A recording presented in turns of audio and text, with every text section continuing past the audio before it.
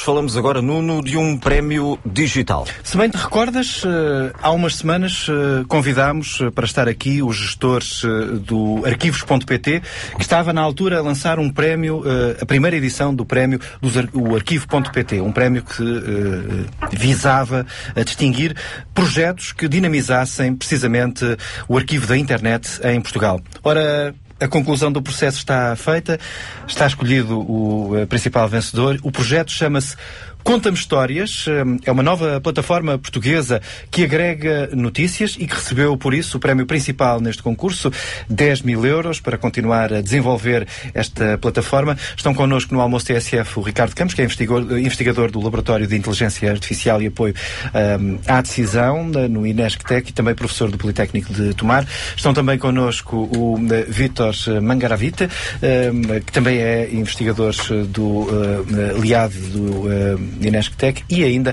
o Arian Pasquali. Bem-vindos, parabéns. Olá, obrigado. Conta-me Histórias, segundo eu li no descritivo, o título é inspirado precisamente na música dos Chutes e Pontapés. Como é que se parte de uma música dos Chutes e Pontapés, que até tem a ver com amor, para um arquivo, ou uma forma de contar histórias em notícias? Na verdade, esta música decorre de um dos nossos elementos da equipa de investigação, o nome, que é o Olímpio Jorge, que também faz parte do projeto, que é docente na Faculdade da Universidade do Porto. O outro participante no projeto, já agora para ficarem completo, é o Adam Jatuot, é assim que se diz? E que é docente na Universidade de Kyoto, no Japão. Exatamente. É polaco, é uma pessoa com quem já colaboramos há muitos anos. Então eu costumo dizer na brincadeira que o Olímpio Jorge tinha jeito para trabalhar na PJ por causa dos nomes de código que ele costuma dar aos nossos projetos, e ele de facto lançou uma série de nomes bastante interessantes, e pegámos nisto do Conta-me Histórias até porque nós somos também fãs dos Chutes e Pontapés, e de alguma forma isto também retrata um pouco aquilo que nós queríamos dizer, não é? Contar histórias ao longo do tempo, que é aquilo também que os Chutes retratam na sua música, de coisas que possivelmente a gente já não viu ou não se recorda, não é? Tem um pouco a ver com isso, numa altura em que nós somos assoberbados com tanta informação, não é? Numa altura em que temos um boom exponencial de volume de dados, muito associado ao Big Data, e também a própria questão dos fake news, esta questão da gente poder revisitar o passado, um bocado o Ari há pouco dizia antes de entrarmos para aqui o regresso ao passado, tem um bocado a ver com isso. Vamos definir aqui o que é o projeto. Quem quiser acompanhar a nossa conversa com um computador à frente pode digitar Conta-me Histórias, é tudo pegado, sem ífanes, contamehistórias.inesctec.pt /arquivo pt/ É isto. Sim. Na verdade, se fizermos só contamehistórias.inesctec.pt já dá. Suficiente. Já chega lá. Exato. O que é que se faz a partir do momento em que se entra? Ok. Isto é uma versão beta. Sim, é uma versão beta, na verdade. Temos aí uma série de exemplos que já estão pré-definidos e que são executados automaticamente.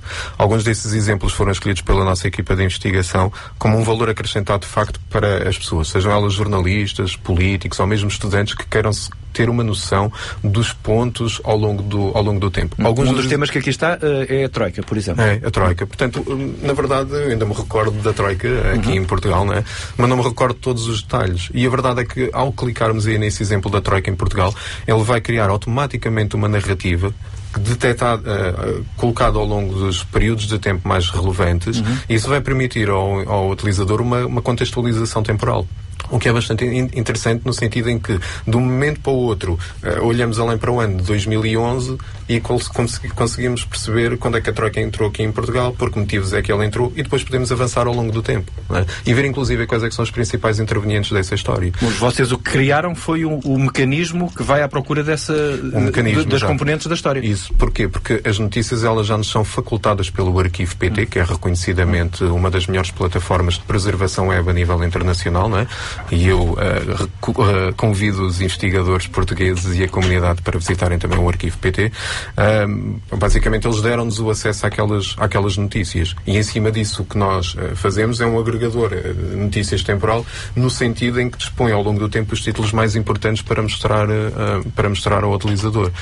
Outros exemplos bastante interessantes que a gente tem e que dizem muito à sociedade portuguesa é os lesados do BES, não é?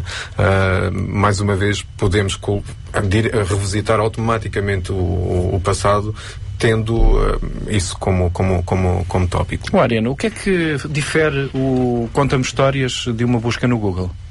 Bom, o que o Conta-me Histórias faz, diferentemente do Google, é que a gente consegue montar numa linha do tempo, de forma resumida, as notícias mais importantes sobre as datas mais importantes daquele período que a gente está pesquisando, né? Por exemplo, o Conta-me Histórias, ele vai analisar uma consulta nos últimos 10 anos, nos últimos 20 anos, e vai nos dizer quais foram os momentos mais importantes e vai tentar contar uma história muito mais resumida, muito mais palpável e próxima da realidade. Enquanto no Google você vai levar muito mais tempo para chegar no mesmo resultado, né? E talvez nem consiga, na verdade, porque muitas das páginas, muitas das notícias, os portais de notícias, eles acabam retirando do ar as notícias depois de alguns anos, né?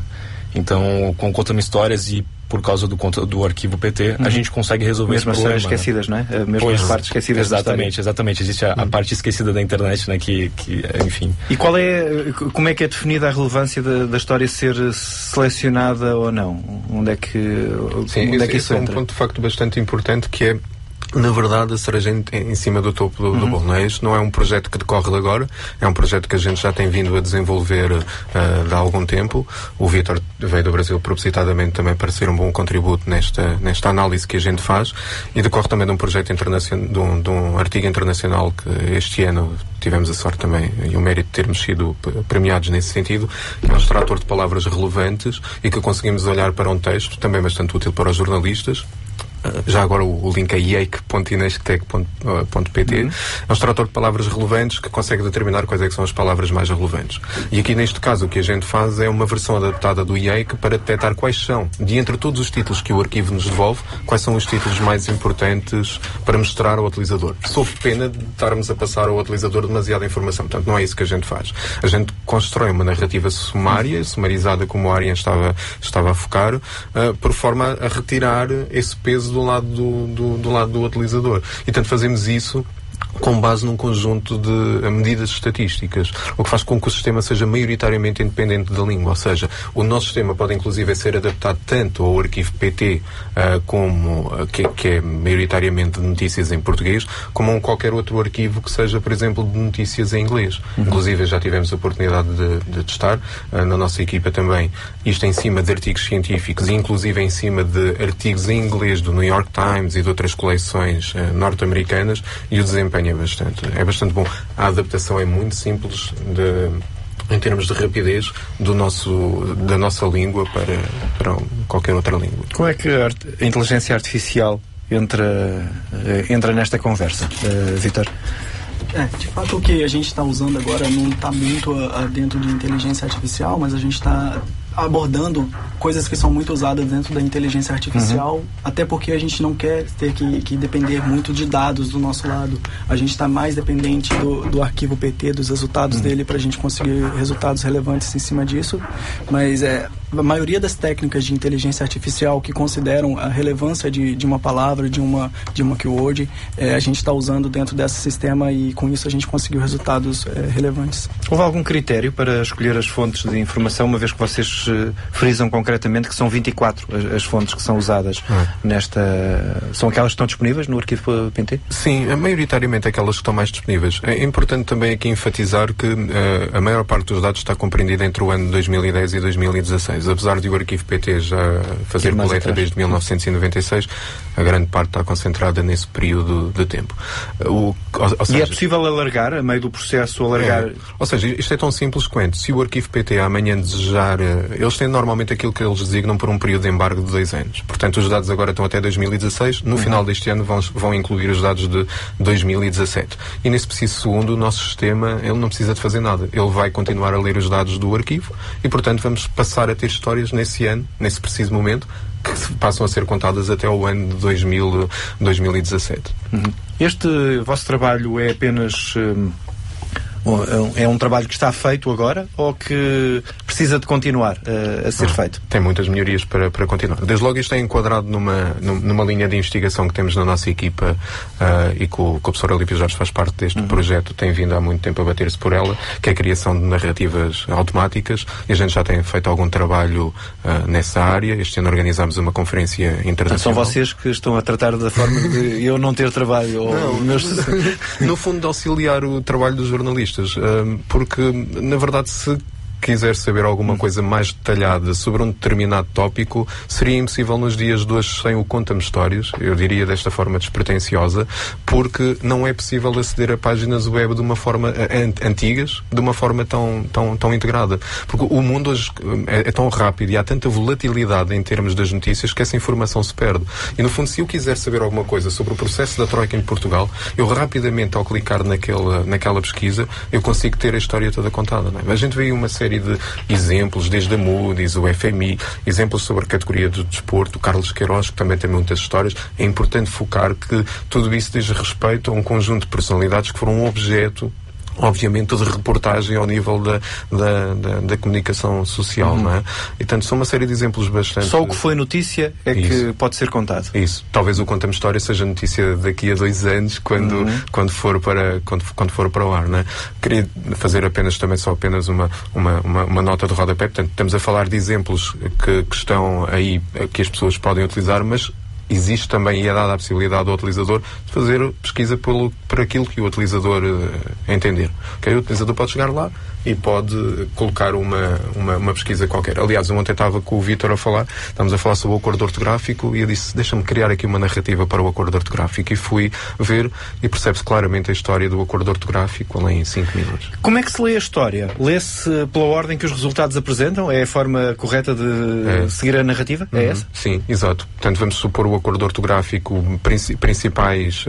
o principal tópico ocorre além por ano de 2011, salvo erro, se eu não estou em erro, e entretanto vimos por aí abaixo temporalmente, ou seja, aparecem as primeiras notícias, as mais relevantes, que o nosso algoritmo que desenvolvemos conseguiu determinar como sendo as mais relevantes, e vêm por aí abaixo de uma forma cronologicamente ordenada. Chegamos ao final das notícias, se quisermos avançamos para outro período temporal, 2013, 2014 e por aí fora, não é? É importante reter que se a pessoa quiser saber mais detalhes, porque eu digo que isto é uma ferramenta muito importante para os jornalistas, se quisermos saber mais detalhes, basta dar um cliquezinho e isto remete-nos para a página do Arquivo PT, com aquele conteúdo preservado há muitos anos.